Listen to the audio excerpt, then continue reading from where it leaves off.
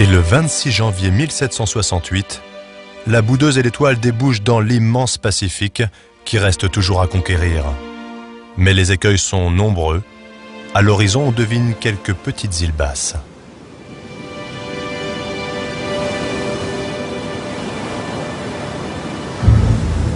Il n'y a pas pire danger pour les marins que ce genre de formation, à peine visible au niveau de la surface, et qui s'avèrent être d'immenses barrières de corail. Ce sont les Tuamotu que Bougainville vient de découvrir. Il nomme cet endroit l'archipel dangereux.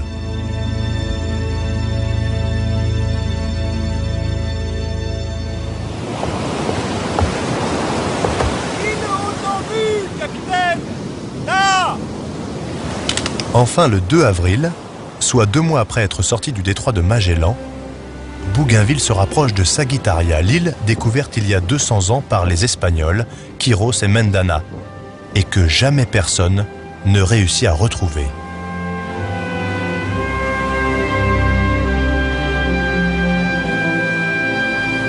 Bougainville s'enflamme à la vision de cette île haute, désormais renommée Tahiti. Il ne sait pas que l'anglais Wallis l'a précédé de 8 mois et qu'il y a vécu des heures douces et salvatrices auprès d'une reine aux mœurs quelque peu libérées.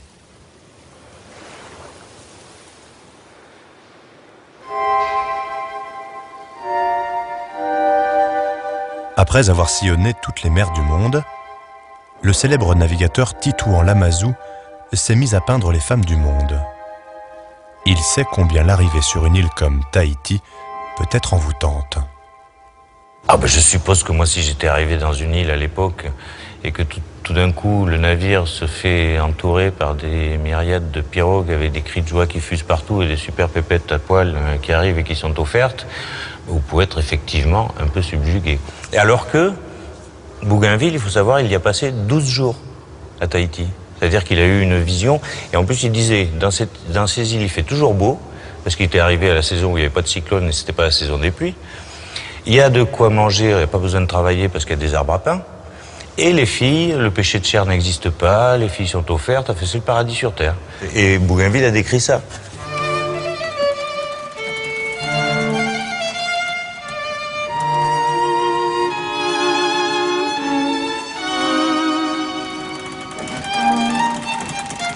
À mesure que nous avions approché la terre, les insulaires avaient environné les navires.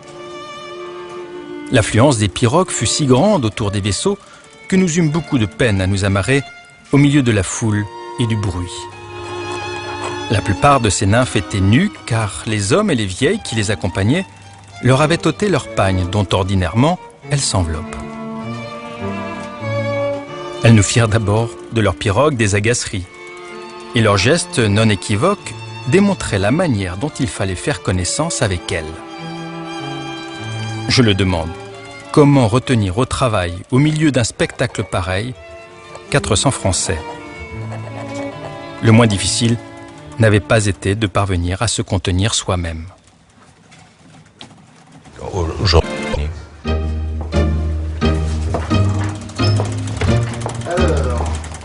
À peine arrivé que déjà Bougainville repart de Tahiti, avec à son bord Aotoru, un jeune chef tahitien désireux de connaître la France. C'est au contact de cet hôte de marque que durant le reste du voyage, Bougainville peut réellement s'instruire sur les mœurs et coutumes de Tahiti. Aotoru sera la coqueluche de Versailles et incarnera l'idée répandue du bon sauvage. Il mourra 2 ans plus tard sur le bateau qui le ramenait à Tahiti. Monsieur le commerçant. Mais un deuxième hôte s'était introduit dans l'équipage, et ce, depuis déjà fort longtemps. L'assistant du naturaliste Commerson fut démasqué par l'intuition plutôt bien placée des Tahitiens. À l'insu de tous, Jean Barré s'appelait en réalité Jeanne Barré. Elle était la première femme au monde à faire le tour de la Terre.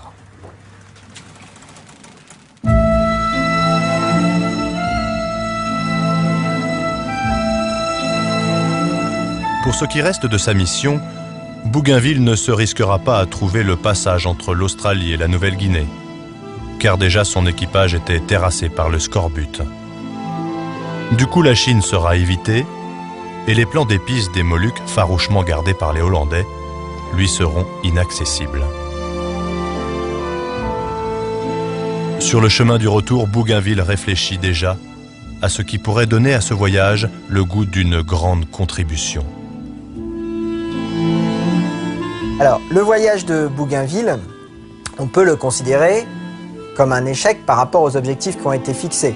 Mais si l'on dépasse le cadre, je dirais, ultramarin, c'est d'abord pour cette contribution à l'histoire du débat intellectuel sur l'ailleurs, sur le non-européen, sur l'autre et sur le rêve, en fait.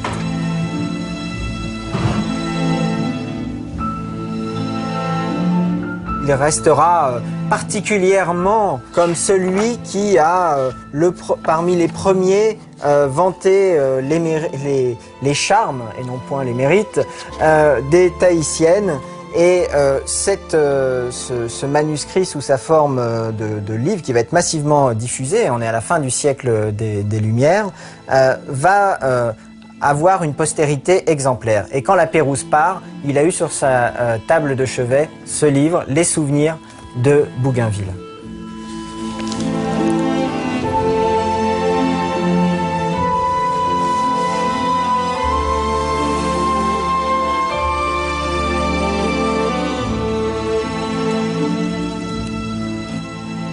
Tout se passait de la manière la plus aimable. Chaque jour, nos gens se promenaient dans le pays sans armes. Partout, nous voyions régner l'hospitalité, le repos, une joie douce et toutes les apparences du bonheur. Je me croyais transporté dans le jardin d'Éden.